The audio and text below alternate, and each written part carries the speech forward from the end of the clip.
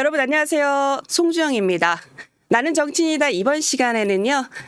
국민의힘 혁신위원장을 지내셨죠. 그리고 비례대표로 22대 국회에 입성하신 분입니다.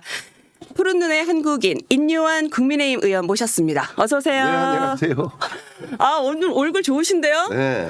많이 바쁘실 텐데. 뭐 그렇게 바쁘지도 않아요. 그냥 그 전당대회 네. 광주 가고 그다음에 네. 이제 부산 가고 네. 내일은 또 아마 대구인가 뭐 내려갑니다. 예. 아니 의사생활 40년 가까이 하셨잖아요. 예. 그러고 나서 이제 국회 오신 지 이제 한 달 좀 넘은 것 같은데. 그렇습니다. 예. 적응 좀 되셨어요? 아직도 초짜예요. 아. 배우는 중이고 그 네. 의원 총회 할 때 네. 열 몇 번 했는데 한 번도 발언을 안 했어요. 지금은 약간 관망하시는 상황. 봐야죠. 보고 배우고 느끼는 거는 많아요. 근데 그러세요? 좀 차분하게. 네. 그런데 이제 이게 갑작스럽게 원희룡 대표가 불러서 네. 그 전혀 계획이 없던 그 뭡니까 최고위원 선거에 뛰어들어서 그러셨다면서요. 아주 축하습니다. 아니 또 원희룡 후보가 또 이렇게 부탁을 같이 하자고 하신데 또 이유가 있겠죠. 저희가 좀 그거 좀 뒤에 여쭤뵙고 보고 예. 뭐 짧게 하시긴 했지만 정치인 그리고 의사 어느 게 적성에 더 맞으시는 것 같습니다. 의사가 더 맞아요. 의사가 더 맞아요. 사람을 환자는 약자고 네. 항상 돕는 입장이고 네. 정치는 잘해도 뭐 욕한 사람 있고 편이 갈리고 네. 이거 지뢰밭이고 지뢰밭이다. 힘들어요. 그러나 지금 대한민국이 가고 있는 길이 방향을 잘못 틀면 네. 안 좋게 될까 봐 사실 사명감을 가지고 뛰어들었어요. 저 그렇지 않아도 정치 국회의원 하시기로 결심한 이유 여쭤보려고 했는데 지금 그렇게 사명감을 가지고 뛰어드셔야 할 정도로 대한민국이 위기라고 보시는 거예요? 우선 제가 출발이 뭐 전라도예요. 호남, 그쵸. 순천. 그렇죠. 그런데 너무너무 김대중 대통령을 존경했고 IMF도 넘겨주고 또 뭐 JP와 연합해서 첫 아시아의 평화스러운 정권 교체를 했고. 그렇죠. 그런데 민주당이 이제 김대중을 다 버려버리고 김대중의 사상을 다 버렸고. 네. 그래서 민주당이 왜 이러는지 이제 사람 한 사람 구하려고 뭐 라이언 일병 구하기가 아니라 이재명 일병 구하기 나선 게 못 구할 거예요. 구할 수가 없어요. 왜냐하면 못 구할 거예요. 불가능해요. 그리고 이제 조국 뭐 대표가 이렇게 크게 부각하는 것 보고 왜 이럴까? 네, 오히려 선거 끝나고 다시 한 2, 3주는 이해가 안 됐는데 정말 우리가 잘해야 되겠구나. 정말 뭐 그 경제적으로도 어렵고 대한민국이 근데 잘못 이런 사람들을 따라가면은 베네수엘라처럼 될까 봐. 베네수엘라처럼. 베네수엘라가 석유가 굉장히 많고 남미에서 제일 부자인 나라인데 한 300만 이탈했다고 그러죠. 차베스가 정권을 잡았을 때만 해도 베네수엘라가 거의 남미의 맹주였죠. 차베스가 다 망해먹었어요. 그렇죠. 근데 이제 긴 얘기를 짧게 하면. 그렇죠. 그 이후에 이제 쭉쭉쭉 망하고 볼리비아까지 다 망하고. 우리도 선택을 잘못하면 포퓰리즘으로 가고 시장 경제 원리에 민주주의를 제대로 안 하면 똑같이 될 수 있어요. 그만큼 리더가 누가 되느냐가 중요하다. 그래서 뛰어들고 혁신을 해서 한 반 정도는 성공했는데 절반을 던져놓고 갔어요 저는. 그다음에 한 위원장하고 이제 그 비례대표도 뭐 공천 과정이 있었고 거기서 볼을 좀 놓친 것 같아요. 놓쳐서 한심스러워서 이제 뭐 저는 그 공천 과정에 전혀 관여 안 했어요. 비례도 전혀 관여 안 했고 근데 다시 비례로 들어오라고 그래서 아주 고민 끝에 뭐 기왕 욕 먹은 거 기왕 힘든 거 가자. 그래서 여기까지 왔는데 또 무슨 이 최고위원은 집사람 보고 안 나가니까 신경을 쓰지 마라. 그리고 하루 반 만에 번복했어. 그거는 이제 원희룡 장관이 통화했어요. 내가 먼저 그 당 대표 나가는 거 축하한다고. 거기서부터 도와달라고 요청하고 두 번을 찾아오고. 근데 제가 혁신 때 제일 어려울 때 이 양반이 저를 찾아왔어. 내가 가겠다 험지로. 내가 계백처럼 막 가겠다. 거기 네. 그 민주당 텃밭 개항에 가겠다. 네. 상당히 멋있는 사람이에요.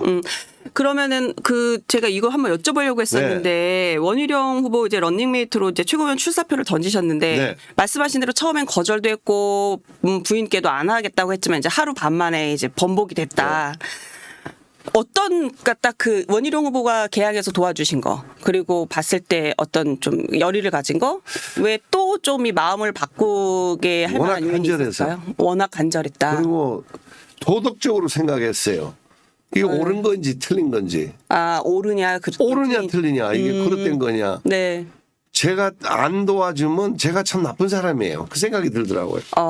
본인은 저를 와서 힘껏 도와줬는데 아, 네. 이건 아닌 것 같아. 그래서 3일 만에 네.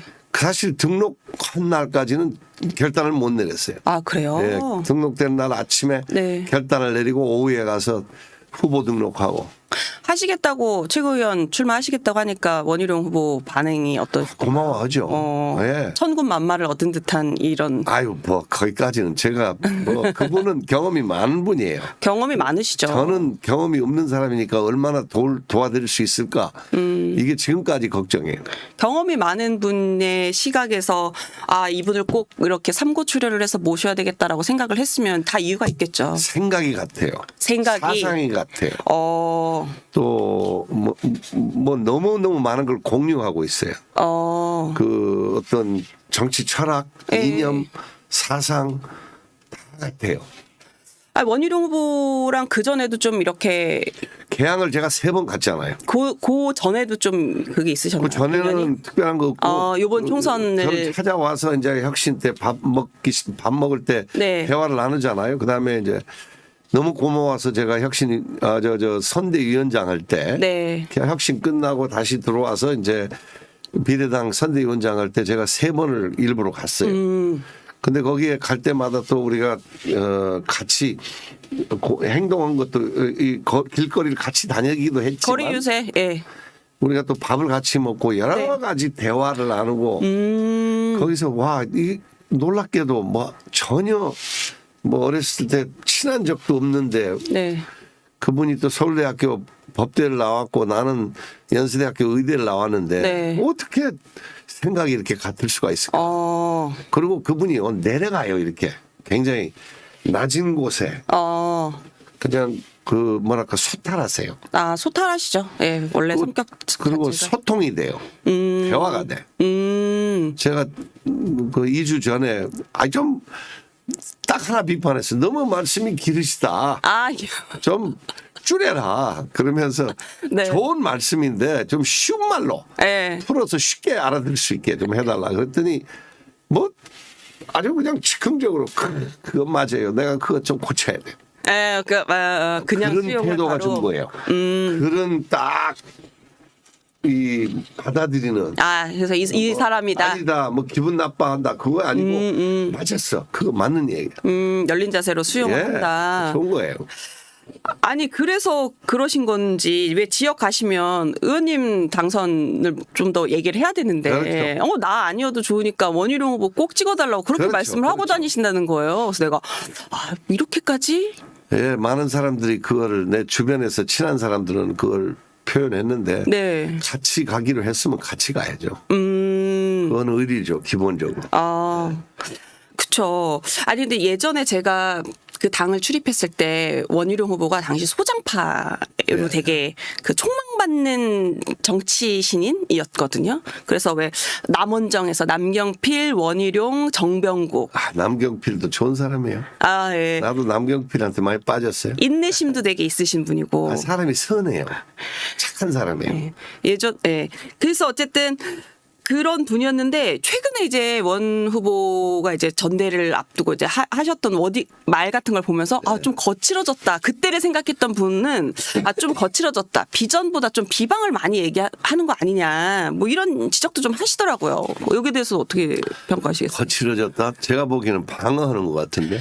방어를 적극적으로 방어하는 거다. 거칠어졌다기보다. 많이 우리가요. 네.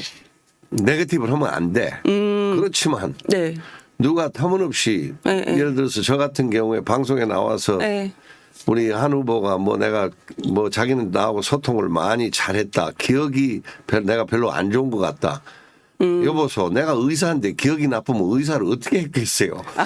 그럼 말도 안 되는 얘기죠. 그러니까 그런 것은 받아쳐야 돼요. 아. 그러면 그걸 공격으로 들리죠. 사실관계와 다른 거에 대해서는 명확하게 얘기를 해야 된다. 너무 소름이 끼친 얘기예요. 왜냐하면 네. 제가 굉장히 노력을 해서 소통하려고 노력을 했는데 네. 그게 잘 안 됐잖아요. 근데 이제 대구하고 네.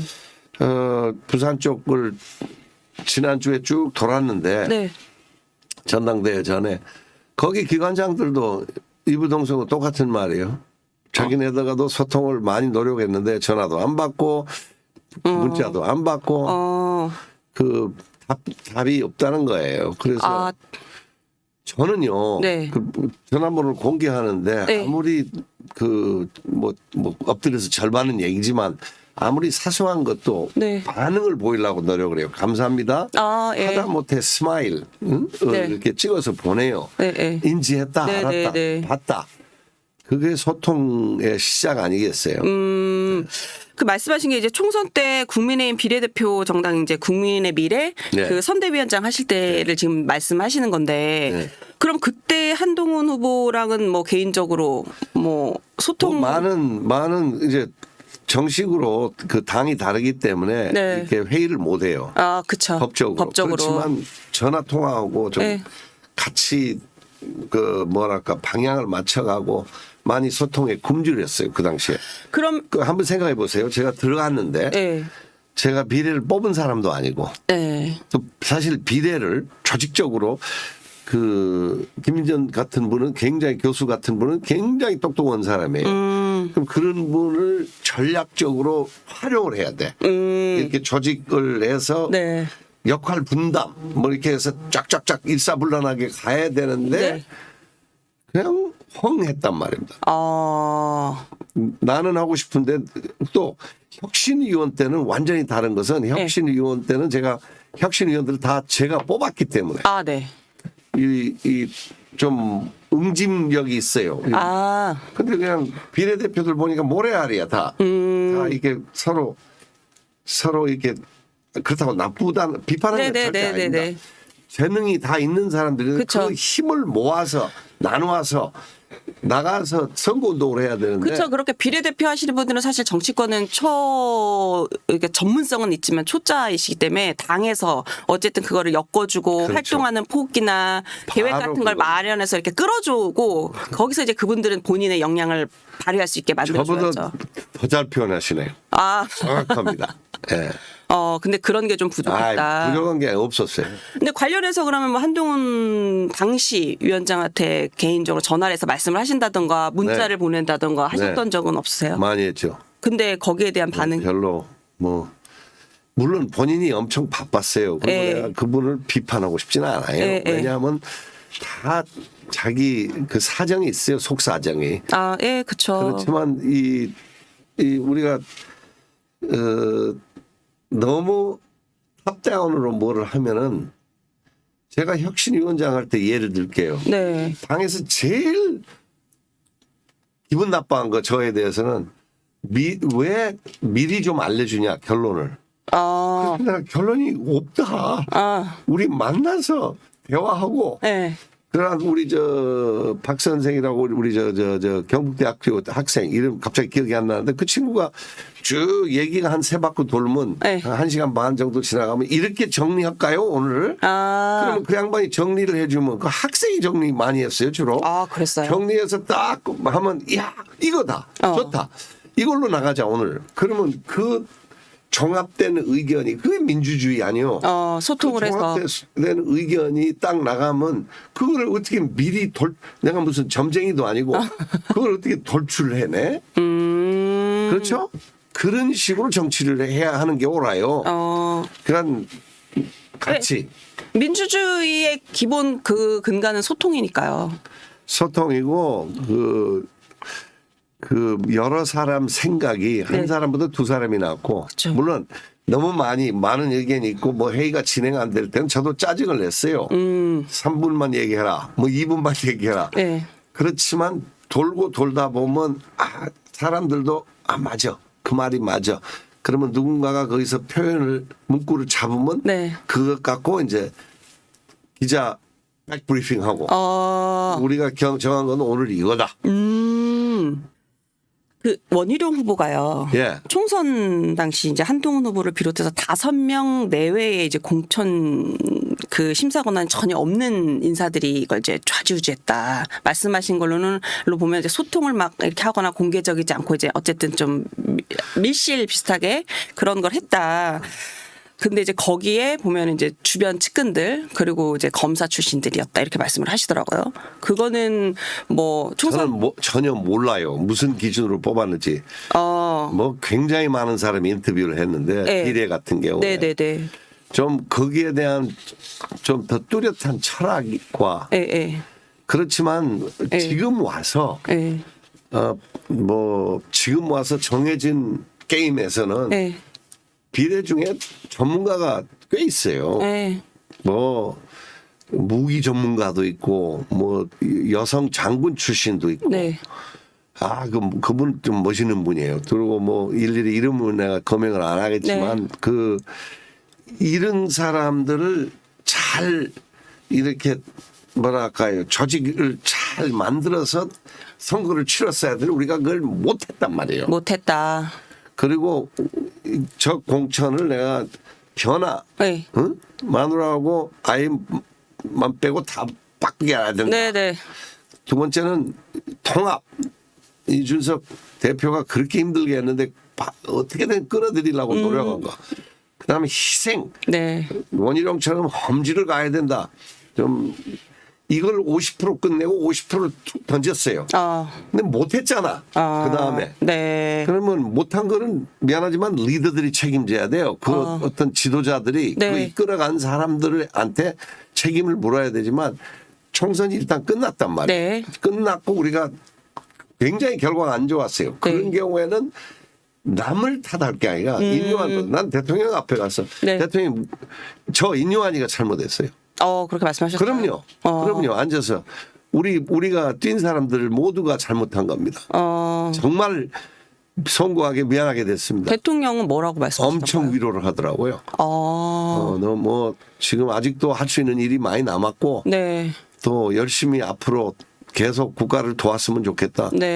너무너무 편하게 남 탓을 하지 않고 그렇게 말씀하더라고요. 제가 어디서 읽었는데 대통령이랑 뭐 통화를 하신 건지 아니면 그냥 직접 대화를 하신 건지 모르겠는데 그때 대통령께서 이제 총선 끝나고 의원님께 좀 더 정치를 좀 해달라는 뉘앙스의 말씀을 하셨다. 혁신 끝나자마자 불렀어요. 저를. 뭐 이틀인가 불러서 점심을 그 용산에서 그 점심을 먹을 때 독대를 하신 거예요? 거기 김기현 대표 계셨고 이만희 그 총장도 계셨는데 저보고 고생했다고. 그래서 내가 이제 고생했다는 말을 하기 위해서 하자마자 제가 정치를 못 하겠습니다.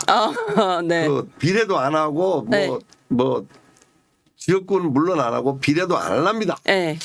그랬더니 임교수 조금 쉬었다가 그래서 대통령님 제가 언론에 너무 시달려가지고 상처 너무 많이 받아서 못 하겠습니다. 근데 이제 그런 어떤 거침없는 대화 그리고 사람들이 잘못 인식하고 있어요. 대통령 굉장히 열려 있는 분이에요. 그 의견과 이견 얘기해도요. 아주 편하게 받아들이고 또 그거에 대해서 약간의 뭐랄까요. 그 대화도 서로 논쟁도 좀 열린 마음으로 논쟁도 하고. 그러면요. 그리고 이제 또 저하고 딱 이제 전라도 말로 간이 맞다고 그래. 케미가 좋다. 케미가 좋아요. 왜? 거침없이 얘기하고 또 대통령께서도 거침없이 인 교수 조금 쉬었다가 이제 다시 생각해봐라. 뭐 대통령이 뭐 시킨다고 하는 건 아니지만 아니 그러면 얘기예요. 그 오찬 이후에도 대통령이랑 따로 통화를 좀 하셨어요? 그 뒤에 이제 비례들 모임에도 갔고 네. 또 전체 당 이제 선거 끝나고 두 번 짧게 대화를 비례 모임에서는 제가 바로 건너편에 앉아서 한 2시간 동안 같이 지냈으니까 많은 대화 나눴죠. 근데 그분은요. 네. 그분은 과소평가돼 있어요. 너무 과소평가돼 있다. 국가를 위해서 뭐 정상 200명 뭐인가 만났고 뭐 먹거리도 막 대한민국이 당장 몇백 조를 사인하고 왔고 그 MOU를 그럼 완전히 판매원처럼 다녔고 그게 참 제일 영업사원이 되시겠다고 취임 일성으로 말씀하셨잖아요. 이미 영업사원이 되셨고 이미 영업사원이다. 네, 그리고 뭐 나는 국채를 저보고 한번 그러더라고요. 국채를 발행해서 막 우선 고비를 넘기지 않겠다. 그거는 우리 자식들하고 우리 손자 손녀들이 갚아야 되니까 옳은 일이 아니다. 와 거기서 내가 맞는 말씀이라는 게 딱 와닿더라고요. 그러니까 미국이라는 데가 뭐 미국을 보세요. 천문학적인 숫자로 돈을 빌려서 빚을 내서 돌아가요. 그건 말도 안 되는 행동이에요. 책임감 없는 뭐 트럼프 바이든 둘 다 그 짓을 했어요. 둘 다 맞지 않아요. 대통령께서 우리 대통령께서는 나는 국채 같은 거를 발행해서 나는 가능하면 건전한 재정을 갖겠다. 그런 걸 몰라. 재정 건전성은 정말 무엇보다도 중요하죠. 왜냐하면 우리가 안 갚으면 우리 자식이 갚아야 돼요. 네, 그렇죠. 또 그 자식이 안 갚으면 또 그 밑에가 갚아야 돼. 나라가 가난해져요. 가난하면 못 쓴 것이요.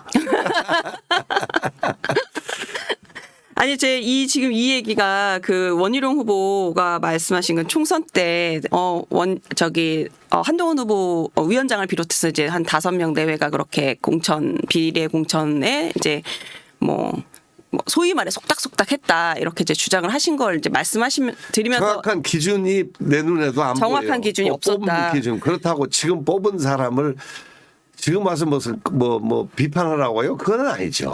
그렇죠. 그리고 그 안에 보니까 전문성 있는 사람들이 꽤 있어요.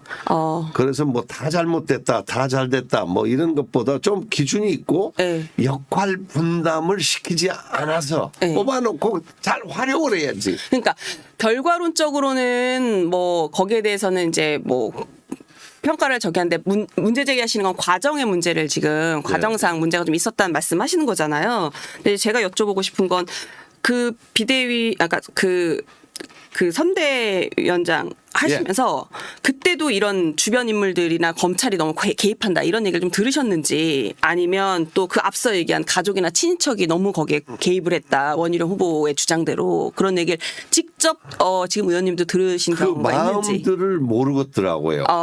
제가 이제 그 선대위원장이면 해쳐 모여 선대위원장은 깃발을 들고 앞에 뛰는 거예요. 그럼 과연 제가 뽑는데 관여를 꼭 해야 된다 이런 뜻은 아니에요. 그렇지만 예를 들어서 한동훈 비대 우리 비대가 아니고 뭐라고 그러죠? 비상대책위원장으로서 본인이 당대표 역할을 했는데 그럴수록 저한테 힌트를 주고 만나서 요 사람은 요 역할 시키고 요 사람은 요 역할 시키고 그 체제 하에서 됐기 때문에 그다음에 그분들이 예를 들어서 좀 협조를 정확히 안 한다 그러면 한 장관님이 이제 또 한 비상대책위원장님이 전화해서 좀 조율을 해주고 나는 이렇게 좀 오거나이즈되게 좀 조직을 가지고 그런 거이 없었다 그 말이에요. 그런 과정이 너무 없었다. 원희룡 후보가 페북에 이런 거 올리셨더라고요. 지금 말씀드린 이런 사촌 논란 그리고 사설 여론 조성팀 그리고 김경률 당시 비대위원 금감원장 추천. 김경률은 제 후배예요. 연수대학교. 매우 도움이 안 됐어요. 매우 도움이 안 됐어요? 발언도 아주 300년 전 프랑스하고 우리하고 다릅니다. 그런 여사를 비화하고 그런 것은 정말 적절치 않았어요. 적절치 않았다.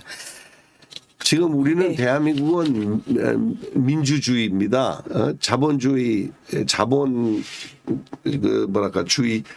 시장 경제 시장이 민주주의인데 우리가 무슨 왕족의 뭐 부인 뭐 왕후가 뭐 그건 비교 자체가 영어로 그렇게 표현해요. 사과하고 오렌지를 비교한 거다. 너무 다른 동떨어진 얘기예요. 그래서 맹비난을 했어요. 내가 그 얘기 나오자마자. 그리고 지금 예를 들어서 특검하고 같은 거예요. 특검을 왜 얘기해? 민주당에서 뽑은 그 공수처에서 네. 그럼 지금 안 끝났잖아요. 한동훈 후보가 제안한 그 제3 저기가 추천하는 특검 말씀하시는 거예요, 지금? 예, 우리 내부에서 누구도 네. 특검 얘기해서는 안 돼요. 그건 내가 공개적으로 비난할게요. 절대 하면 안 돼요. 왜? 그거는 민주당이 탄핵으로 가기 위한 이렇게 앙금이 가서 그 틈새로 들어가서 탄핵으로 박근혜 2를 지금 만들려고 그런 거예요. 대한민국을 민주당한테 내가 호소를 하고 싶어요. 대한민국을 진짜 사랑합니까? 이게 대한민국 국가를 사랑하는 마음입니까? 저희 아버지가 여기서 싸웠고 저희 엄마 동생도 여기 장진호에서 싸웠는데 제가 그런 어른들 과거를 생각해 보니까 우리 민주당이 정말 민주주의 파괴를 맞서야 될 것 같아. 이거 책임감 없는 거예요. 링컨이 뭐라 그러냐면 불이익을 보고 적절치 않는 어떤 부정적인 걸 보고 방관하는 사람도 죄가 있다. 이거 이제 나서서 네. 좀 그러지 말라. 네. 민주당 안에 좋은 사람 많아요. 다 나쁜 건 아니에요. 네네. 그러나 정책이 사람 하나 구하려다 보니까 눈이 다 멀어버렸어요. 아까 말씀하신 이재명 일병 구하기. 이재명 당이죠 지금. 이재명 당. 그게 무슨 민주당입니까? 민주당은 원래 멋있는 당이에요. 평화 정권 교체를 아시아에서 처음 한 네. 대단한 당이고 그 김대중 정신은 네. 그 훌륭한 거예요. 포용, 타협 다 버렸어요. 다 흔적이 없어. 그러면 정체성을 잃어버렸어요. 민주당 자체 정체성이 없어요 지금. 그 도의원이 나한테 와가지고 순천에서 그 선거 때 왜 거가 있어? 그래서 내가 손가락질을 했어요. 그 친구한테. 나보다 나이도 어리고 그랬어요. 예. 너희들이 김대중을 버려서 내가 여기 와 있다. 너는 왜 사유화된 당, 한 사람 앞세운 당에 너는 거기가 있냐? 꽥소리 못 하더라고요. 그리고 또 호남 가시면 또 그런 일화도 근데 많이 당하죠. 있군요. 왜냐하면 호남이 그렇죠. 전부 다 뭐 상공회의소 모임에 내려갔더니 17명이 민주당이고 제 혼자 국민의힘이고. 그러나 네. 제가 광주에서 네. 유일하게 네. 우리 여야 합쳐서 광주 항쟁에 참여한 사람 나밖에 없어요. 제가 도청에서 통역한 그죠. 사람. 통역하셨으니까. 그거 했지. 또 그 전라도를 엄청 사랑하지. 다 알아요. 민주당도. 또 전라도밖에 몰라 어떻게 보면. 근데 이런 사람이 우리 국민의힘에 와 있다는 것은 우리 자체가 어마어마하게 부연했어. 국민의힘이 완전히 바뀌었어요. 네. 바뀌어서 이제는 우리가 조금 더 변해야 돼. 근데 이 잔치, 네. 이 잔치, 이 당 대표 뽑고 최고위원 뽑는 잔치에서 우리가 이제 잘해요. 잘해서 108석을 잘 지키고 대통령 3년 남은 임기에 대한민국이 업그레이드 되게 잘 뛰어야 돼요. 나는 거기에 관심밖에 없어. 나는 이 내부 싸움은 우리 내부 싸움, 민주당하고 내부 싸움도 궁극적으로는 거기에 머물러 있으면 안 돼요. 대한민국이 말이에요. 한마디만 더 할게요. 대한민국이 대단한 나라예요. 경제 7위예요. 전 세계 걸맞는 위치에 딱 네. 차지하고 있어야 되고 한강의 기적을 일으켰고 다 부러워해. 이제는 왜 이렇게 정치가 후진성이야? 이제 여의도의 기적을 좀 만들어 봐야 돼. 여의도의 기적을 만들어 봐야 그거 좀 나아지고 조금이라도 나아진 네. 거 보면 빨리 저도 그만두고 4년 마치고 나갈게요. 고향 가서 살아야죠. 고향이 순천으로 가시겠다고요? 네, 또 그러면 신촌에 또 저기를 어떻게 하시고요? 나 거기에 여기 4년밖에 보고 이 안에 어떻게 잘할 건가? 네. 이 안에 국가를 어떻게 트럼프가 나온단 말이에요. 네. 트럼프가 대통령 될 것 같아. 그러면 우리가 방위금도 부딪혀야 되고, 그다음에 우리 중국처럼 무역 보복하지 마라. WTO 없어져요. 네. 세계 무역기구 무능력해져요. 그러면 우리가 어떻게 배터리도 관세하지 마라. 우리 저 자동차도 관세 물지 마라. 우리 무슨 IT, 네. 너희들이 우리 필요하다. SK, 삼성 이런 회사들 미국 대통령 보고 우리가 당신 수출 필요하지만 당신도 우리 필요하다. 같이 가자. 응? 그걸 내가 외교 통일로 들어갔어요, 감히. 그러니까 상임위를 그렇게 가셨더라고요. 트럼프 책 읽고 있어요. 아, 그러세요? 그럼요. 파악해야죠. 그 양반이 어떤 사람인지. 아니 근데 보통 우리가 외통위 하면 대선 주자급이거나 아니면 네. 좀 중진이거나 아니면 관련 분야의 전문가들이 가시잖아요. 그래서 우리 당 안에서도 말이 많았어요. 제가 거기 가는 거에 대해서. 아, 그렇지만 그래요? 제가 북한을 29번 갔다 왔고 네. 인도적인 지원도 많이 했고 네. 거기 관료들 거기 외교부 관료들 제가 많이 알아요. 외무성이라고 그래요. 거기서. 그러니까 다양한 자기의 뭐랄까 바탕을 네. 잘 이용해야죠. 네. 아니 아까 그 김대중 정부 때까지만 해도 나는 민주당을 사랑했다라고 말씀을 네. 하셨잖아요. 아니 그러면은 노무현 전 대통령이랑 제가 듣기로는 그 대북 정책에 대한 입장 차이가 커서 그때부터 민주당이랑 좀 결별을 하셨다 이렇게 저는 알고 있었는데 그게 아니었던 건가요? 그거 대북에 대해서 의견 차이 있었던 거는 이제 핵을 포기 절대 안 할 거라는 걸 내가 굉장히 강하게 주장했어요. 네, 그렇죠. 그분들이 가진 게 없으니까 네, 이념과 사상을 떠나서 쉽게 포기 안 한다. 네. 그걸 포기한다고 우리가 그분 말씀이 우리가 잘해주면 그들도 변할 거다. 우리한테 잘하지 않겠냐. 절대 아닙니다. 네. 그리고 더 한심스러운 건 북쪽이 아니라 남한에서 그렇게 생각한 사람이 왜냐하면 그 사람들이 가진 게 없으니까 협상하려고 핵과 미사일을 만듭니다. 이걸 끝까지 제가 주장해서 좀 미움을 샀죠. 그리고 이제 제가 이제 더 제시한 것은 더 긍정적인 얘기 좀 합시다. 저는 조선 저기 뭐예요? 조선 우리 중국 교포, 네. 교포들이 많이 와서 노동을 많이 해요. 그래서 건설과 농사를 많이 지어주는데 네. 그분들한테 따뜻하게 하면은 그분 친척이 북쪽에 많다.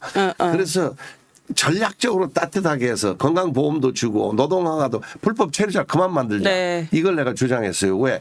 그분들을 융화를 잘하면은 북쪽에 사는 그 친척들이 아이고 남쪽이 우리 조국이구나. 네. 북쪽이 우리 조국 아니구나. 전략적으로 잘해야 됩니다. 이걸 강조해서 그거는 의견 통합을 했어요. 네. 그러니까 노무현 정부 초기 들어서기 그러니까 취임하기 딱 전까지는 그래도 관계가 괜찮았는데 참여정부. 그다음에 이제 그 이후로 딱 이제 민주당과 달라졌다. 하나 했네요. 통일부에 이제 그 북한 그 인도적인 지원 자문은 좀 했어요. 아, 예, 맞아. 그거는 했고 그다음에 이제 쌀 갖다 주는 거 제가 적극 갖다 줘야 돼. 정부와 국민은 좀 따로 생각해라. 네. 그래서 쌀 지원에 보수가 그때는 반대를 많이 했는데 해야 된다. 그거는 한번 강력하게 표현을 했어요. 회의 때. 쌀 지원은 그 사람이 굶어 죽는 것도 인권 침해다. 네. 이런 논리를 가지고. 네. 그러니까 자기가 무슨 주장을 하거나 말을 할 때는요. 논리가 있어야 돼요. 무슨 이유가 있어야 돼요. 그렇죠. 그리고 저는 쉽게 누구를 공격하고 이름 안 쓰고 헐뜯지 않는 것은 뜯어놓고 그다음에 대안이 있어야 돼. 이준석 대표한테도 내가 제일 불만이 그거예요. 뭘 잘 파괴를 해. 근데 파괴를 하려면 뭔가 이걸로 다르게 하자.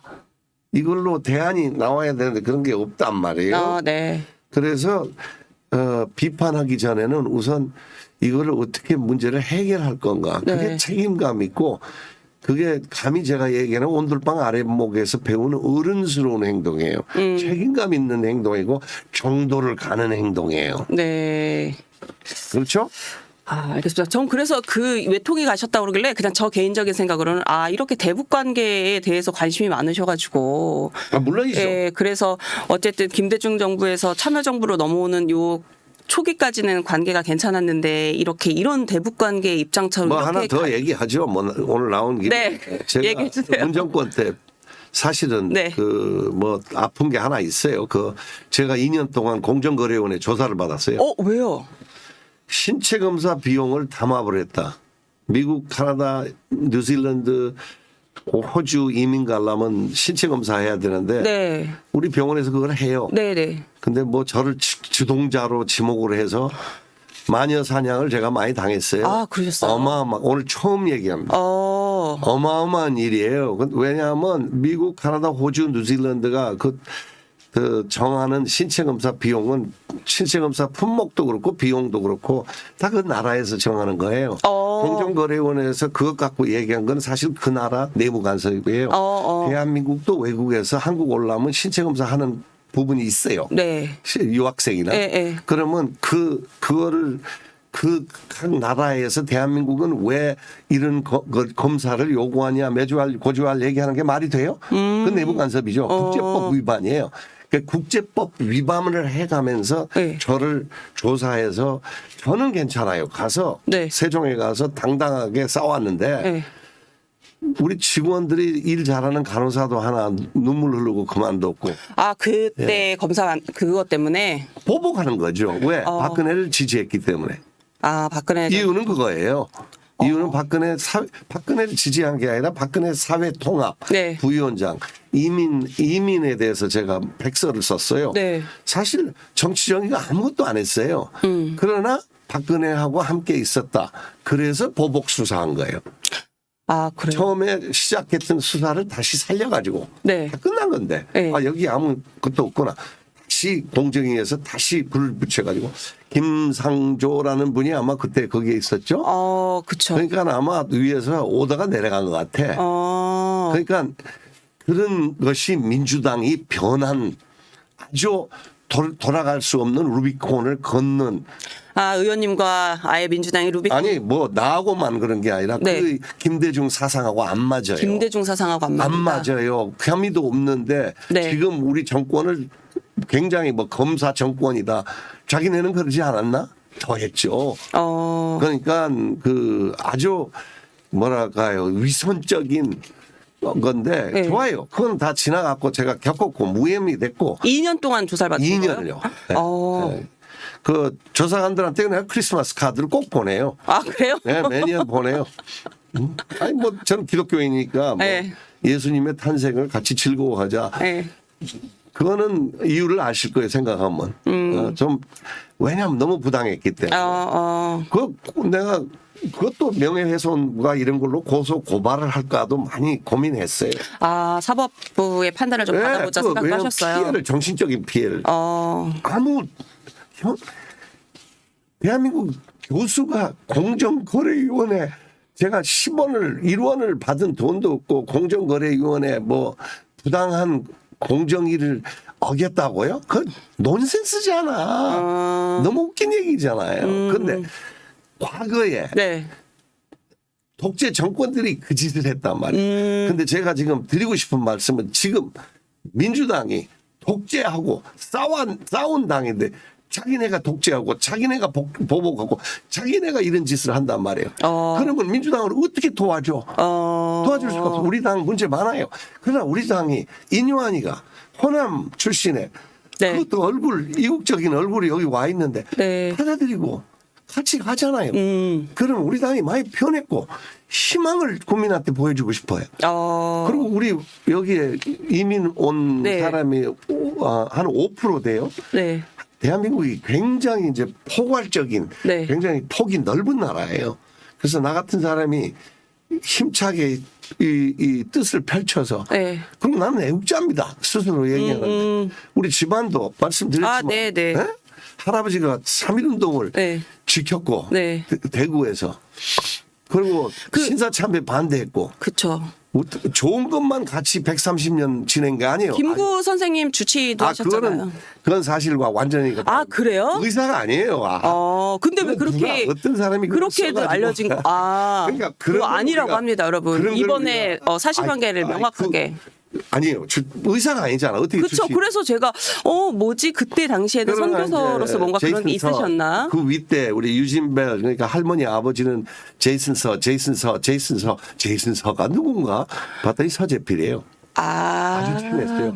신뢰 관계가 아주 좋았어요. 그러니까 그런 것은 옳지만 뭐 이제 역사가 누가 중간에서 좀 상상으로 쓴 거. 소위 언론에서는 페이크 뉴스라고 그러죠. 그쵸. 가짜 뉴스. 오늘 한번 그것도 사실관계 확인해주고 가시네요. 아닙니다. 예, 의사가 아닙니다. 주치 아니셨다고. 그리고 우리 할아버지는 학교를 세우고. 맞아, 학교도 그랬죠. 많이 세우셨잖아요. 예, 예. 그러니까 그 맞지 않아요. 그리고 이제 병원을 예를 들어서 예술병원 이름은 지었죠. 아, 그렇죠. 예, 예. 전주의 예술병원 예, 그런 예. 건 있죠. 그 지금 뭐 여러 가지 말씀해 주신 것 중에서 이제 지금 최고위 후보 간 경쟁이 굉장히 치열한데 거기서 이제 그 인유한 의원님이 가지고 있는 강점에 대해서 여러 가지 말씀을 좀 해주셨어요. 지금 말씀 중에 제가 질문을 드리지 않아도 다 녹아 나오긴 했는데 본인이 생각하기에 내 강점은 이거다. 딱 하나만 말씀해 주신다면 뭐가 있을까요? 제일 큰 감점은 솔직하고 잘못할 때 후퇴할 줄 알아요. 잘못을 인정할 줄 알아요. 네. 그런 정치. 네. 그리고 그 상대 방향을 존중과 네. 뭐랄까요 명예스럽게 네. 민주당하고도 그 이렇게 뭐랄까요 깡패짓만 안 하면 네. 앉아서 풀어나갈 수 있는 가능성 이게 있다고 생각합니다. 그러면 지금 의원님이랑 경쟁하시는 최고위원 후보 중에 누가 제일 나의 라이벌이라고 생각하세요? 한 명도 없어요. 한 명도 없다? 치고예요. 어차피 되면은 같이 가는 거고 네네. 제가 떨어지면은 좀 편하게 조용히 살면 아니 돼요. 라이벌이라는 단어가 막 적이라는 의미는 아니잖아. 경쟁자라는 의미니까 나랑 그래도 경쟁력이 상당히 있다. 잘 몰라요. 아, 모르고 네. 그분들 이제 발표하는 거 들어보니까 네. 다 좋은 말씀들 많이 하고 몰라요. 우리가 토론회를 다음 주에 하는데 뭐 공격 받을지 몰라도 사실 그 사람들 잘 몰라요. 예, 모르고 네. 끝나고 나서는 당정 관계에서 네. 그 다 용기를 갖고 네. 누구 무리라 뭐 나는 원희룡 후보가 대표가 되면 비판 안 할 것 같습니까? 그러면 저를 지금 오늘 대해봤는데 제가 좀 잘못 간다고 생각할 때 제가 조용히 있을 것 같아요? 쓴소리 명확하게. 아이고 천만의 말씀. 그거는 비판하죠. 네. 비판해서 조율을 해서 이거 기다 아니다는 분명하죠. 아니 이제 다음 주에 토론회 있다고 말씀하셨는데 이미 당 대표들은 TV 토론이 시작이 됐어요. 예, 예. 그래서 이제 첫 토론회에서 그 후보들이 뭘 얘기를 했냐면 4명의 후보 모두 다 김 여사가 총선 당시 사과를 했다면 총선 결과가 달라졌을 것이다. 이렇게 얘기들을 하시더라고요. 거기에 동의하세요? 그게 하도 민주당이 틀을 잘 씌우니까 네. 프레임은 영어고 왁구는 일본 말이에요. 틀이라고 그럽시다. 네, 네. 우리 한국말 틀. 네? 예. 틀을 하도 네. 강하게 사과하면 진정성이 없다. 네. 뭐 사과하자마자 그 말부터 해요. 네. 그러니까 그 가짜 뉴스죠. 네. 완전히 그걸 영어로 스핀이라고 그래요. 이 바꾸를 돌려요. 네, 네. 이렇게 팽이 치듯이. 그러니까 별 도움이 안 돼요. 진솔한 얘기를 해도 전라도에서 뭐라 하냐면 알고 본 게 나쁜 놈이더라. 나도 그런 프레임에 넘어갈 가능성이 아주 많아요. 어느 날 알고 보니까 뭐 이런 사람이더라. 나쁜 놈이더라. 뭐 대통령하고 김건희 여사는 워낙 인격적으로 많은 공격을 받았기 때문에 네. 진정한 사고와 진정한 말해도 돌려버려요. 가짜였다. 그래서 저는 넘어가야 된다고 생각. 전용기 타고 왔다 갔다 하면서 비판 안 받은 사람도 있는데 그거 훨씬 크죠. 형평성이 없어요. 옷 사건도 있고 뭐. 김정숙 여사 인도. 우리 사람 이름은 얘기하지 맙시다. 뭐 신방 가신 거 논란 말씀하시는 거죠? 그래가지고 지금 대통령 사모님을 뭐 인격적으로 우리 5년 동안 뽑은 대통령이에요. 네. 완벽한 사람들이 아니에요. 네, 네. 다 장점도 있고 단점도 있어요. 그러나 이분들을 어떻게 정말 대한민국을 사랑하면 저는 굉장히 간단하게 생각해요. 도와서 네. 우리나라가 이제 정말 선진국이 됐는데 네. 좀 더 뭐랄까 잘 닦아서 네. 어느 나라든지 우리를 상대할 때 그 한국은 대한민국은 멋있는 곳이다. 정치도 참 멋있게 한다. 네. 그러면 지금 말씀하시는 걸 조금 종합해서 제가 정리를 해보면 김건희 여사가 당시 사과를 했더라도 민주당만의 그 틀을 씌워서 거기에 대해서 또 민주당을 보니까 내용이 별로 없어. 네. 논리의 내용은 내가 아무리 찾아봐도 설득이 안 돼. 네. 뭐 탈원전을 했고 뭐 백두산 가서 만세 부르고 그다음에 조금 후에 보니까 뭐 연락사무소 불타고 있고 저 네네, 폭파하고 폭파됐고. 있고. 그런데 그 내용보다 뭐를 잘하냐면 가슴에 와닿게 잘 씌워요. 그러니까 정서적으로. 감성 정치를 잘한다고 봐야 될까요? 감정 정치예요. 네. 그래서 조금 감히 하나 내용을 좀 국민들도 좀 같이 봤으면 좋겠어요. 그리고 제가 전당대회 가는데 내일 호소할 거는 네. 전당대회에서 주제가 뭐냐면 좀 냉정하게 누가 이 당에서 제일 잘 도울 건지 네. 잘 생각해봐라 이런 말을 내일 하실 오늘 거다. 미리 말씀드리는데 조금 원고 버리고 하랍니다. 내일은 원고 안 쓸랍니다. 대구 경북에 가서 박정희 대통령이 그래도 뭐 그분도 인간이나 잘못한 일도 있었어요. 그렇지만 경제 기반을 깔아줬는데 네. 우리가 그 무너뜨리지 말자. 이걸 계승 발전하자. 그리고 누가 냉정하게 머리로 뜨거운 가슴이 있지만 냉정한 이성으로 누가 이 당을 잘 이끌어가고 누가 최고위원이 됐으면 좋겠고 그 곧 더 나가서 누가 네. 나라를 위한 사람인가 네. 평가를 좀 해달라.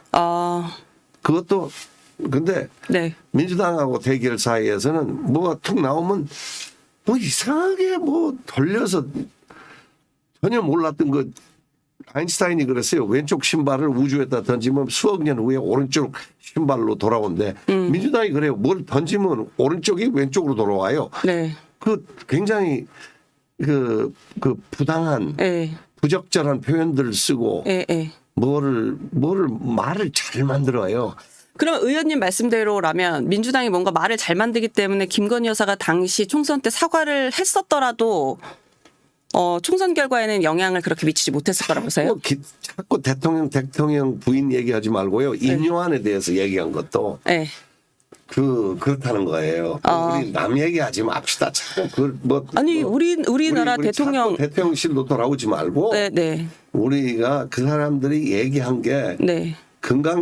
백두산에 가서 만세 부르고 연락사무소 폭파된 게 성공한 정책이냐고요. 그거에 대해서는 아무도 인요한 외에는 아무도 그거를 물어본 사람이 없어요. 우리가 원전을 제일 잘 만드는데 그 원전 시장에서 마라톤 선수 보고 너 10분 동안 뛰지 마. 그리고 멈춰버렸어요. 그거에 잘한 정책이에요. 집값을 잡았어요. 네. 우리 현실적인 얘기를 합시다. 우리 무슨 대통령 이미지가 어떻고 뭐는 어떻고 그것 대한민국 살리면은 전혀 도움이 안 되는 얘기예요. 근데 이제 이 대통령실 얘기를 왜 묻냐면 지금 국민의힘 TV 토론이나 후보 4명이 얘기하는 것들이 비전이나 말씀하신 대로 먹고 사는 문제나 이런 거에 대한 얘기보다는 이 김건희 여사 문자가 공개되면서 이 논란이 모든 판을 지금 덮어버렸어요. 그러니까 지나가야죠. 지나가고 실력대로 해야 되고 그다음에 이제 최종으로 풀어드릴게. 네. 그러니까 인요한의 마지막 정말 호소문. 나는 이 손에서 컸어. 근데 도련님 소리를 못 들었어. 서양 사람이니까. 우리 영수들은 서양 여자라 도련님. 네네. 도련님이 그렇게 그리웠어. 듣고 싶었어.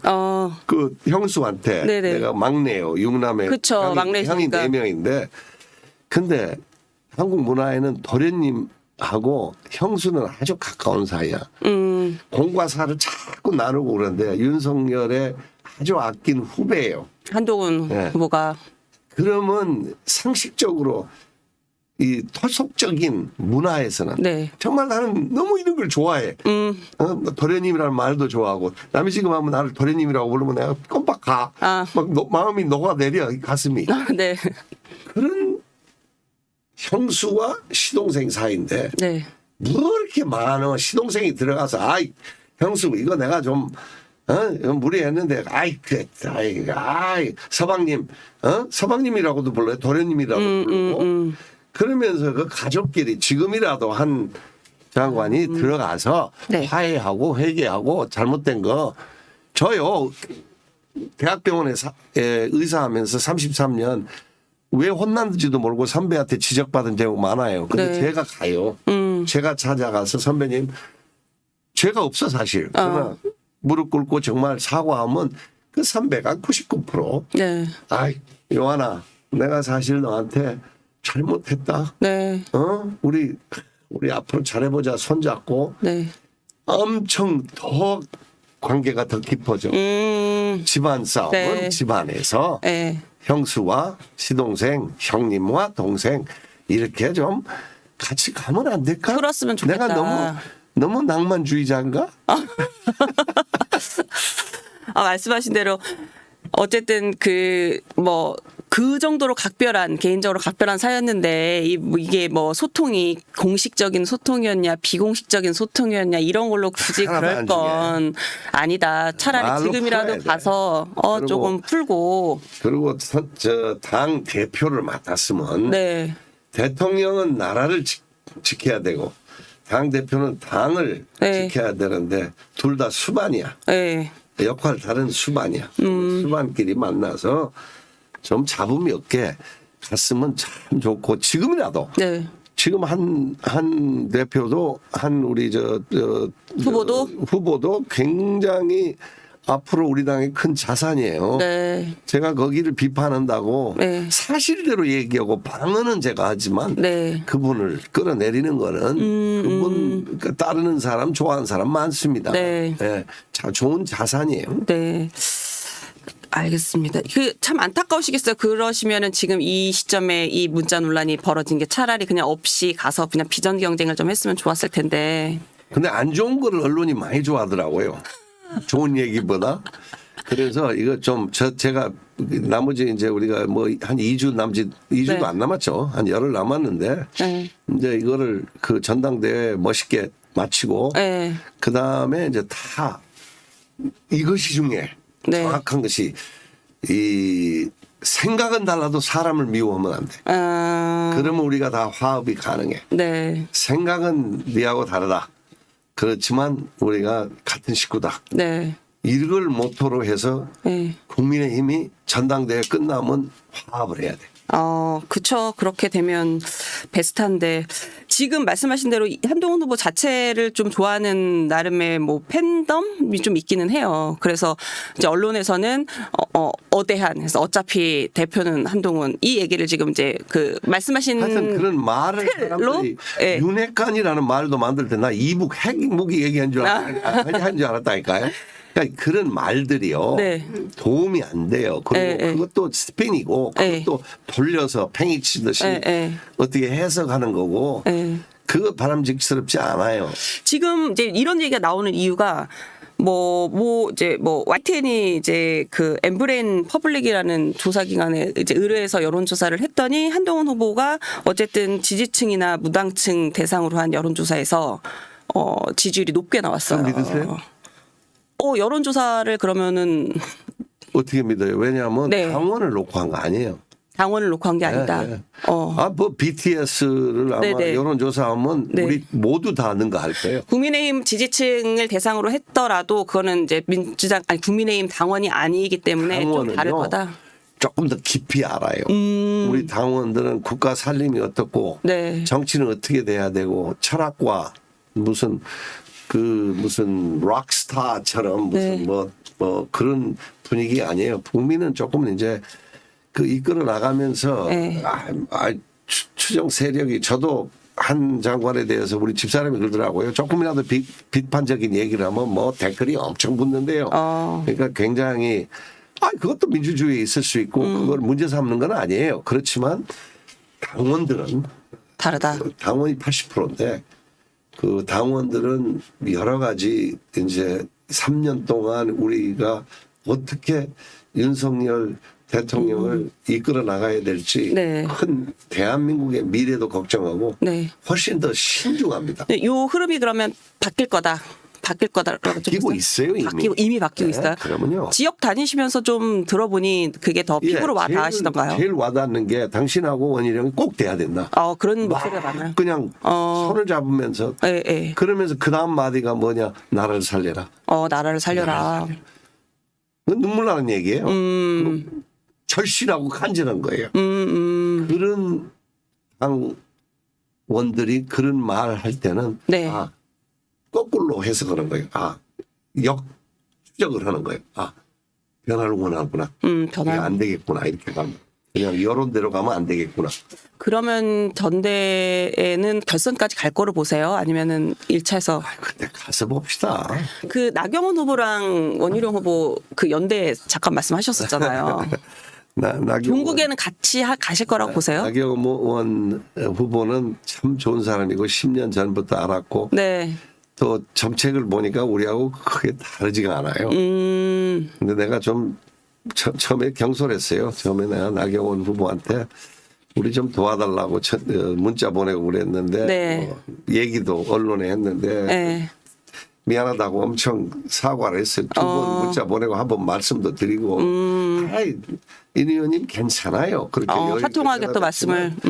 그 좀 시기상조였죠. 그 필요할 때는 네. 그렇게 해야 되겠죠. 그렇지만 원희룡 후보하고 그 어디에요? 그 법대 그 졸업하고 그 연수? 네, 연수원 동기예요. 네. 그러니까 그분들도 각별한 사이고 저는 개인적으로 네. 나 후보를 좋아하고 그리고 나 후보가 핵에 대해서 얘기한 거 이것저것 보니까 우리하고 뭐 크게 다르지가 않더라고. 핵무장. 정책이 네. 그 자세가 서 있는. 네네. 그래서 그냥 흥미있게 지켜보고 있고 네. 토론도 잘합니다. 자, 이제 22대 국회에 대해서 좀 말씀을 여쭐게요. 22대 국회가 말씀하신 대로 이제 의원님의 말씀을 빌어하면 민주당이 너무 이제 좀 소통을 하지 않고 이러면서 어쨌든 충돌, 파행 이게 지금 너무 심한 상황이거든요. 네. 근데 그때 이제 의원님 한번 그거 먼저 한번 여쭤볼게요. 국회에서 필리버스터 할 때 국민의힘 의원님들 그 약간 주무셔서 언론 났을 때 언론이 혼나야 된다 이 말씀하셨잖아요. 뭐 누가 보좌관이 나보고 그럽니다. 언론은 비판하지 말라고. 아니 뭐 비판할 일이 있으면 비판하는 거죠. 사실이면 비판도 받아야지. 뭔 소리요? 내가 네네네. 나도요. 네. 나 또 고백 하나 할게. 네. 오늘 많은 걸 얘기해 주시겠네요. 굉장히 많이 얘기하고 네네. 있어요. 또내 후배고 그러니까 내가 꼼짝을 못 하잖아. 우리가 밤 12시 반에 집에 갔어요. 네. 그래가지고 새벽에 4시에 나왔어요. 네네. 졸려가지고요. 네. 제가 안 보는 데서 뒤에 가지고 소파에 누워서 20분 잤어요. 네. 카메라가 없는 데서. 제가 의사예요. 잠자면 참다 잠이 와요. 자연적인 현상이다. 어쩔 수 없다. 근데 그거를 가지고 뭐 이슈화하는 것은 조금 그것도 조금 레벨이 높은 건 아니죠. 그죠? 그런 취지로 말씀을 주셨다. 그거는 좀 가려주시면 많은 정치인들이 많은 잘못을 하는데 과거에 언론의 멋은 뭐랄까요 개인적인 그 인간적인 실수 보인 거는 그 코를 풀거나 뭐 네네. 난 그렇게 생각해요. 그 정도의 얘긴데 굳이 이번에 그거를 민주당이 이제 대통령 얼굴을 전화를 이렇게 많이 했다. 막 여기저기 최상병 그 특검에서 그럼 찌그러진 얼굴을 막 붙이는 거예요. 그 장관도 찌그러졌고 대통령도 찌그러졌고 얼굴이 이런 것이 에티켓입니까 그게? 그리고 대통령이 여기저기 전화를 많이 해본 거는 그 근원을 캐보려고 그런 거예요. 그 단순한 거예요. 상황을 좀 보기 위해서. 다시는 이런 일이 없어야 되니까 관심이 있는 거예요. 좋은 일이에요. 뭐 전화한 게 뭐 죄입니까? 나 그것도 이해 못 하겠어요. 그 말씀하신 대로 그 해병대원 특검법 지금 이게 대통령이 제2요구권을 행사하셨는데 야당에서 국민의힘 전대 끝나면은 이거 다시 이제 재표결 나설 걸로 보이는데 어떻게 해야 된다고 보세요? 국힘에서는 전략적으로? 특검법? 네. 그 거부권했으니까 그 거부권에 힘 실어줘야죠. 힘 실고 그다음 그러니까 민주당에서는 전대 끝나면 다시 이거를 뭐 해보라고 그래요? 뭐 또 하죠 뭐. 계속 아니고. 그렇게 계속 그러면 이제 그때 일단 경찰 조사 이제 끝났죠. 이제 공수처 끝나죠.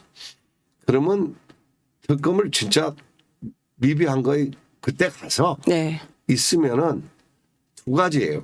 돌아가신 분 너무너무 가슴 아픈 일이에요. 말도 안 되는 일이에요. 그리고 죄 있는 사람은 찾아내야 돼요. 네. 거기 동의합니다. 그러나 죄 없는 사람을 네. 죄를 씌우는 것도요. 그 사람도 가족이 있고요. 네. 그 사람도 그 누구의 아버지고 네. 누구의 남편이에요. 네. 그거 왜 거기까지 생각을 안 해? 그냥 무조건 저희 아버지가 이제 조금 살짝 정치를 비판했어요. 30년 전에. 네. 그 불이 나면 왜 군수가 다 잘리냐. 지방에. 네. 그러니까 책임을 강제로 조금 그것은 물론 잘못한 사람을 우리가 그 벌을 줘야죠. 그렇지만 그 뭐 죄 없는 사람 기소를 시켜서 저도 조사를 받아봤는데 그 대단히 죄가 없는데 조사받는 것 같이 사람을 완전히 망치는 게 없어요. 그 언론 쫓아다니죠. 네? 마치 뭐가 있는 것처럼 없는데 있는 것처럼. 억울한 일이 생겨서는 안 된다. 그 억울하게 잘못 지적한 사람들이 네. 기소를 당하면 그것도 애의 아버지예요. 아이의 아버지고 네. 또 누구 소중한 부인의 남편이에요. 네. 그거 잘해야죠. 그때 가서는 특검이 필요하면 네. 그때 가서는 여야 합의 네. 그 특검의 범위도 정하고 네. 양보해가면서 타협해가면서 그럼 그때 가서는 어쨌든 공수처 조사 다 끝나고 나서도 만약에 특검이 필요하면 한동훈 후보가 얘기한 그 저기 제3자 추천 특검안도 지금 궁금해서 고를 수 얘기가 있을까요? 시기상조예요. 왜 얘기 지금은 자체를 합니까? 지금. 지금 얘기를 하지를 말아야 돼. 지금 아직 조사가 끝난 게 아닌데. 뭐 6개월 후에 얘기 나올 거를 지금 우리가 매주할 고주할 영어로 그런 말이 있어요. 저 달걀이 깨기 전에 왜 사서 걱정하냐? 아니요. 달걀이 네. 품은 알이 깨기 전에 왜 병아리 숫자를 쉬고 있는 지금이 딱 그런 경우다. 예, 예. 굳이 신경 안 써도 되는 예, 건데, 지금 무슨 말씀이신지 제가 명확하게 이해를 했어요. 그 민주당 얘기만 하나만 좀 더 해보고, 네. 민주당 이제 전당대회 여기도 치러요. 근데 사실은, 예, 근데 이제 그거 치를 필요 있나? 그러니까 국민의힘은 지금 어쨌든 막 경쟁이 굉장히 치열하긴 해도 뭔가를 지금 보여주고 있고 누가 될까에 대해서 이제 관전 포인트가 되는데 민주당은 말씀하신 것처럼 지금 난 필요 없다고 생각해. 필요 없다고 생각해. 네? 김두관 후보랑 뭐 그래도 어쨌든 38살 들러리 쓴 거죠. 청년 김지수 씨가 들러리 쓴 거죠. 출마를 들러리죠. 했어요. 들러리다. 들러리죠. 의미 없다. 아니, 다 알죠. 모두가 다 알죠. 그 심각하게 그분이 경쟁력이 있어요? 제가 거꾸로 물어볼게요. 뻔한 거 아니에요, 결과. 지금 그래서 이제 뭐 보는 관전 포인트는 김두관 후보가 어느 정도 유의미한 퍼센트의 득표를 할 수 있을 것이냐. 뭐 5% 나오냐, 10% 나오냐. 그 정도밖에 안 그게 된다. 의미가 있어요? 무슨 말이야? 처음 우리 이 정치라는 것도 나는 첫째 몰라요. 그러나 병원에서 돌아가는 것은 우리가 환자 치료하면서도 우리 상식적인 대화와 상식적인 소통과 지성인끼리 그 상식을 벗어난 거잖아요. 뭐하러 전당대회를 해요? 무의미하다. 의미 없어요. 아니면 불출마를 하시든지 그리고 진짜 이재명 대표가 불출마를 하든지. 불출마를 당대표? 당대표 불출마하고 진짜 하든지. 출마 선언 이미 하셨어요. 그러니까 지금 와서 그거 잘못 생각했다. 불출마하겠다. 그리고 판을 좀 깔아주든지. 그러면 제가 신뢰를 할게요. 깔끔하게 정리를 해주셔서. 아니 이러다가 사실은 순천 이런 데는 사실 민주당의 텃밭인데 국민의힘에서 순천 촌놈을 표방하시면서 순천은 위대한 곳이에요. 정의당도 됐고 민주당은 그때 되오다가 정의당도 됐고 이정현 의원도 되셨었어요. 네네. 순천 사람분들은 바꿀 수 있어요. 생각을. 요번은 아니었지만. 요번에는 요번에는 워낙 불리했지만. 순천은 위대한 곳이에요. 지부려 순천. 대원군께서 지구상에 순천만한 곳이 없다라고 글을 지어주셨어요. 그 얘기를 하시더라고요. 순천은 그래서 그 정당이 아니라 사람 보고 뽑는다. 그렇죠. 그래서 바뀐다. 그게 올바른 거죠. 그렇죠. 그리고 이정현 대표가 지금 한 가지 말씀드리고 싶은데 그 정원 박람회도 정부 지원금을 많이 가져왔고 네. 고마운 분이에요. 우리가 잊지 말아야 돼요. 그 지금 이번에 국회의원 관양에서 안 됐지만 네.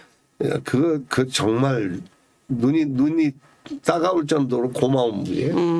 아니 아까 비례 4년만 하고 그만하실 거라고 하시긴 했는데 순천에 대한 이렇게 애정이 있으시면 이제 아니, 비례하시고 4년만 우선 해보겠다. 우선 해보겠다. 누가 그럽디다. 자꾸 나보고 뭐 안 한다 소리 그만하래. 근데 그러니까요. 열린 결말로 근데 놔두셔야죠. 나는 그냥 딱 끊어버리고 싶은 마음이 있거든요.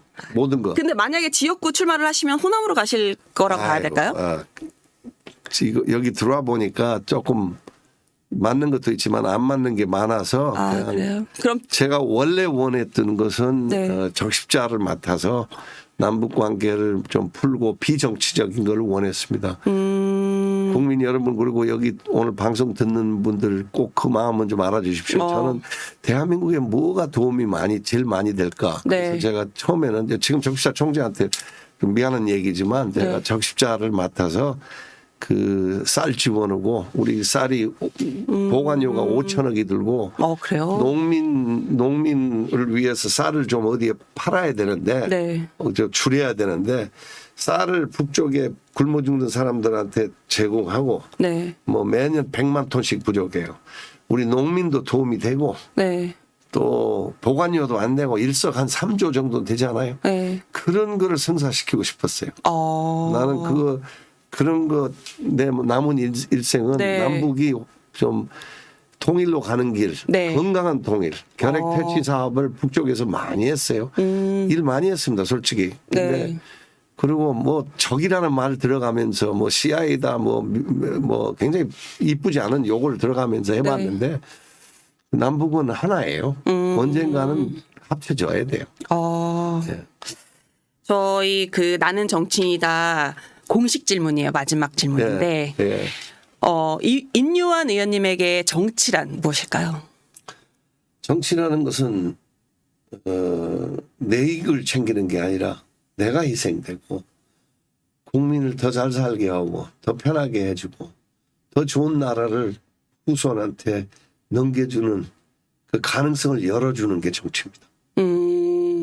사익보다는 공익에 대한 관심을 더 많이 갖고 뭐 어쨌든 선대부터 지금까지의 행보가 꾸준히 좀 그러오셨는데 이제는 이제 정치권에서 다시 한번 그런 것을 좀 펼치실 4년이 좀 저희는 사실 좀 기대가 되고 있는데요. 오늘 말씀 잘 들었고요. 지금까지 국민의힘 임요한 의원님이셨습니다. 감사합니다. 감사합니다.